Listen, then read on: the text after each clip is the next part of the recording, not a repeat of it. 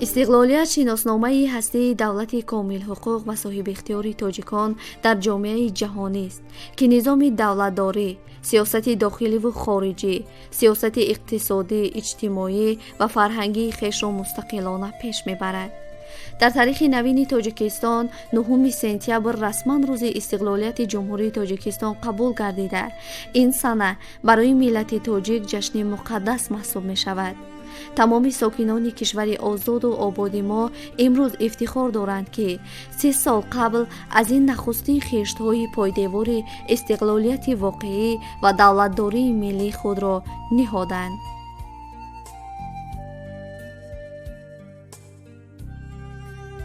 جمهوری تاجیکستان کشور زیبامنظر و دارای طبیعت ناتکرار، عرف و عادت‌های باستانی، تاریخ بسیار عصری کهن، فرهنگ بزرگ تمدنی در تمام جهان معلوم و مشهور گشته است.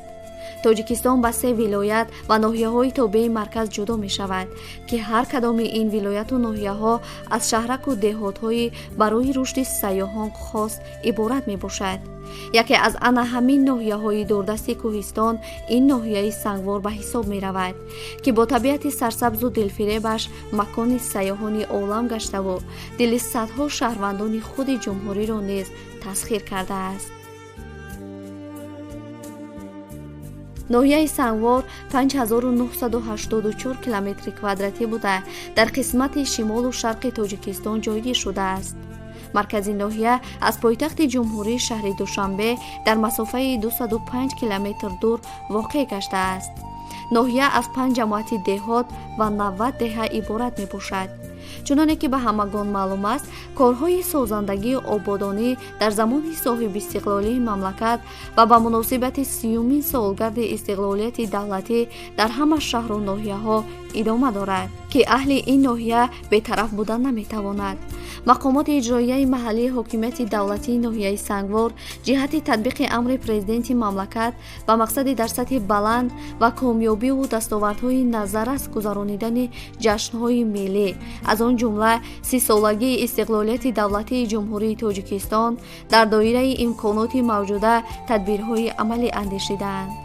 تا برگزاری جشن 30 سالگی استقلالیت و بعد از آن نیز کارهای سازندگی و آبادانی، بنیادکاری، تعمیر و ترمیم راه‌ها، پل‌ها، انشاءات‌ها، مؤسسه‌های معارف و تندرستی، اجتماعی و فرهنگی، کاشانه‌های حسن و در ناحیه بنیاد سرتراشخانه‌ها، اینچنین شنانیدن گل و گلبوته‌ها، کبودی‌زارکنی گلگشت‌ها و اجرای همه‌جانبه نقشه چهاربینی‌ها در ناحیه براه مانده شده است. استقلالیت این برای مردم یک نعمت بی‌بهاست. استقلالیت با ما پیش از آن بربردی‌های زیاد آورد و در دوام 30 سال استقلالیت در ناحیه ما هم ناحیه رشد کرد و چند تا ساختمان‌ها به نقشه گرفتن و استفاده داده شدن. از اون جمله خود ناحیه هم در همین 30 سال استقلالیت از اون جمله در چند تا سیمخانه‌های ایلوگی، اینچنین طبابتخانه در مرکز ناحیه و دیگر انشاءات دیگر در همین دوام 30 سال عیناً با نقش همین استقلال بود که همینا باشند. من شخصا از نام خودم و از نام مردم ناحیه سنگوار تمامی مردم شریف جمهوری تاجیکستان را به مناسبت استقلال ملی تبریک و تهنیت گفته به آنها پیش از همه عمر دراز و سلامتی بردام آرزو میکنم. در دوران صاحب استقلالی جمهوری تاجیکستان معارف همچون ساحه افضلیتناک کشور رواج و رونق یافته زیر پشتیبانی حکومت جمهوری تاجیکستان قرار گرفت. یکی از هدفهای اساسی استقلال ملی تربیت و تکامل همه‌جانبه انسان، خاصه تربیت نسل نورس و جوانان محسوب می‌یابد. در این سمت مکتب و معارف نقش اساسی را می‌بازد. رشد همه‌جانبه جامعه و عموماً آینده مملکت از وضع ساحه معارف وابستگی دارد. به همین خاطر در ناحیه سنگوار مکتب‌های نو و زمانوی به همه میز و کرسی‌های معاصر مجهز گردانیده شده است که خوانندگان را با تعلیم آموزش علم فرا گرفته‌اند. تجربه و آموزش از آموزگاران صاحب کسب مهارت خوب آموزگاری را طلب می‌کند. مؤسسه‌های تعلیمی در این ناحیه زیادند و جهت تعلیم و دانش آموزی خوانندگان سهم ارزنده می‌گذارند. инсоният танҳо ба шарофати илму дониш, таҷриба, хираду маърифат ва ҳунар метавонад ба мақоми баланд бирасад. аммо насли ҷавону наврасро роҳнамо мебояд. тавре маълум аст, дар тарбия ва таълими дурусти кӯдакон ва илмомӯзии наврас нахуст оила ва сипас омӯзгори соҳибкасбу хиратманд нақши муҳим мебозад. муассисаҳои таҳсилоти миёнаи умумии ноҳия аз таъмири асосӣ бароварда шуда ба компютер, мизу курсиҳои нав ва таҷҳизотҳои наву муосир барои баланд бардоштани сатҳи дониши илмомӯзон муҳайё карда шудаанд. саломатии шаҳрвандон боигарии давлату миллат аст. соҳаи тандурустӣ низ дар ноҳия ба дастовардҳои назаррас ноил гашта ривоҷу равнақ меёбад. табибони беморхона баҳри тандурустии шаҳрвандони ноҳия ҳамарӯза талош меварзанд. ба шарофати соҳиби истиқлолии мамлакат дар соҳаи тандурустӣ таи солҳои охир таҳаввулоти бузурге ба амал омад, ки мавриди истифода қарор гирифтани теъдоди зиёди бемористонҳо дар ҷумҳурӣ ва таъмини муассисаҳои тиббӣ бо таҷҳизоти муосири тиббӣ мебошад, ки далели ин пешравиҳоянд. соҳаи тандурустӣ дар даврони соҳибистиқлолии кишвар таҳти пуштибонии давлату ҳукумати мамлакат қарор гирифта яке аз соҳаҳои афзалиятноки ҷомеа маҳсуб меёбад. барои ба талаботи замони муосир мутобиқ гардонидани шароити хизматрасонӣ ба шаҳрвандон дар ҳудуди ноҳия бунгоҳи тиббӣ сохта ба истифода дода шудааст, ки бо тамоми талаботи замони имрӯза ҷавобгоҳ аст.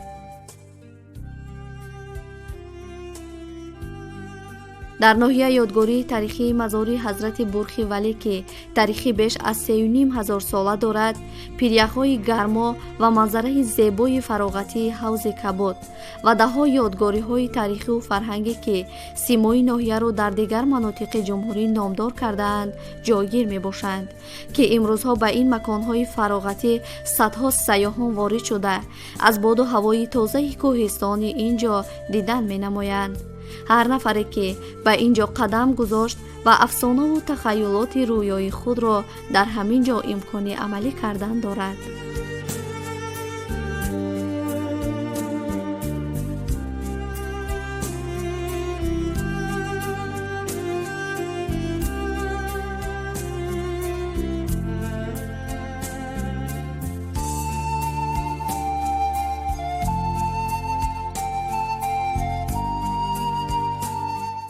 дар баландкӯҳҳои ин ноҳия ҳайвонҳои ваҳшӣ, хирс, гург, хуки ёбоӣ, силосин, рӯбоҳ, нахчир ва ғайра зиндагӣ доранд.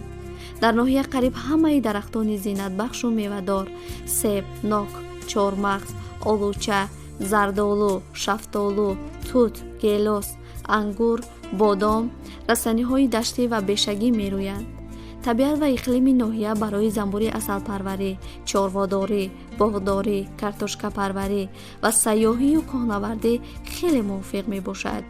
ноҳия дорои захираҳои бои табиӣ ва гидроэнергетикӣ мебошад.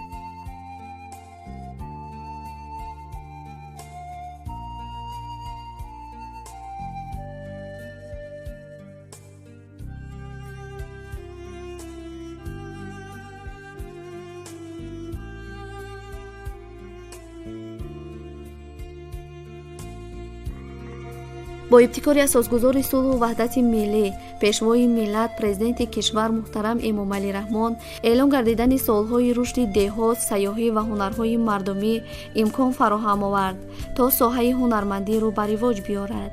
аз баракати имсол чун дигар бонувони кишвар, занону духтарони ҳунарманди ноҳия низ майдони амал ёфтанд.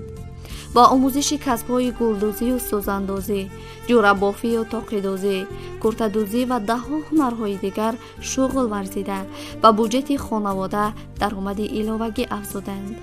در ناحیه بهره به شغل فرا گرفتن زنان و دختران خانه‌نشین مرکز کسب آموزی فعالیت می‌کند که در آن سیخ دوزندگی و دیگر هنرها عمل می‌نماید. عین زمان در کارگاه دوزندگی مرکز کسب آموزی 10 نفر دختران فعالیت نموده ایستادند.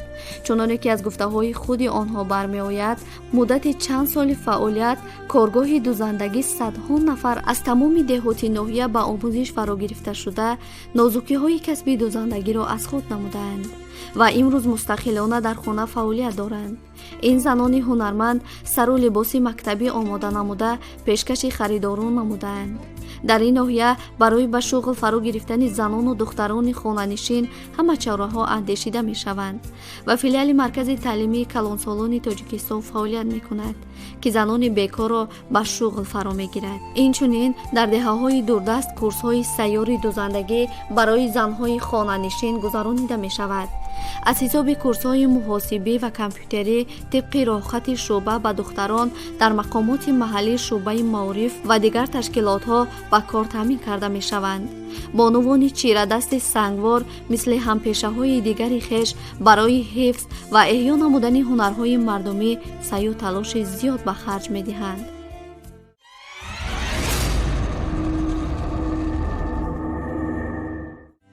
солҳои охир ба варзиш дар мамлакат аҳамияти ҷиддӣ дода мешавад. дар шаҳру навоҳии тоҷикистон маркази вилоятҳо чандин иншооту варзишгоҳҳои муҳташам сохта ба истифода дода шуд ки ҷавобгӯи меъёрҳои ҷаҳонист ва албатта ин талошҳо самараи худро дода истодааст. бо шарофати истиқлоли давлатӣ майдончаи варзишӣ муҷаҳҳаз ба ҳама шароитҳои хубу арзанда барои сокинони кишвар сохта ба истифода дода ки шогирдони зиёди ин ҷо дар мусобиқаҳои гуногуни варзишӣ дар дохилу хориҷи кишвар фаъолият нишон дода соҳиби медалу ифтихорномаҳо гаштаанд. муаррифгари асосии давлату миллат ин варзишгарон дониста мешаванд. бегузор ҷавонон парчами ваҳдати миллӣ, амнияти пойдор ва азму иродаи созандагиву бунёдкориҳоро баланд афрохта доимо дар сафи пеши созандагони ватан гомҳои устуворе гузоранд. нурест ба дидагони мо истиқлол, зӯре ба тану равони мо истиқлол, як миллати пошхӯрдаро ҷамъовард пайвандгари ҷаҳони мо истиқлол. имрӯз аз он меболему мефахрем ки як ватани ободу зебо ва сарвари одилу доно дорем. аз ин ро аз файзу баракати сулҳу ваҳдат ва истиқлолияти давлатӣ ғизои маънавию ҷисмонӣ гирифта озодона таҳсил ва кору фаъолият менамоем. бо ташаббус ва иқдомҳои неки наҷибонаи асосгузори сулҳу ваҳдати миллӣ пешвои муаззами миллат муҳтарам эмомалӣ раҳмон пайваста баҳри корҳои мо ҷавонон, занону духтарон кӯшиш менамоянд ки мақоми мо дар ҷомеа назаррас ва воломақом бошад. мо ҷавонон низ ҷавобан ба ғамхориҳои сарвари давлат ва ҳукумати ҷумҳурии тоҷикистон саъю кӯшиш менамоем ки дар ободию пешрафти ватани азизамон саҳм гузошта ҳамчун фарзанди содиқ вафодор сазовор бошем. ҷашни истиқлоли ватан муборак, ҳамватанони азиз. дар ноҳияи сангвор ҷашни 30-солагии истиқлоли давлатиро бо хурсандиву хушнудии мардуми сарбаланд дар сатҳи баланд пешвоз гирифта ба ифтихори ин ҷашни муқаддаси миллӣ паради ҳарбӣ ва барномаҳои консертӣ фароғатӣ хотири мардумро шод гардонидаанд.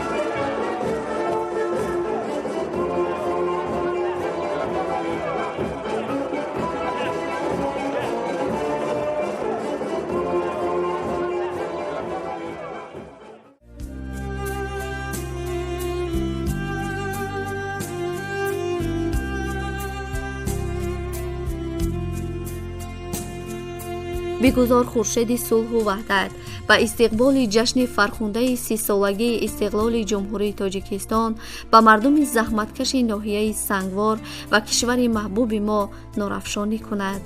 ноҳияи мазкур дар ҳама самт рушд карда бо мардуми соҳибмаърифату меҳмоннавозаш баҳри ободкориву созандагӣ пайваста талош варзида бо дастовардҳои назаррас муваффақу сарбаланд гаштааст.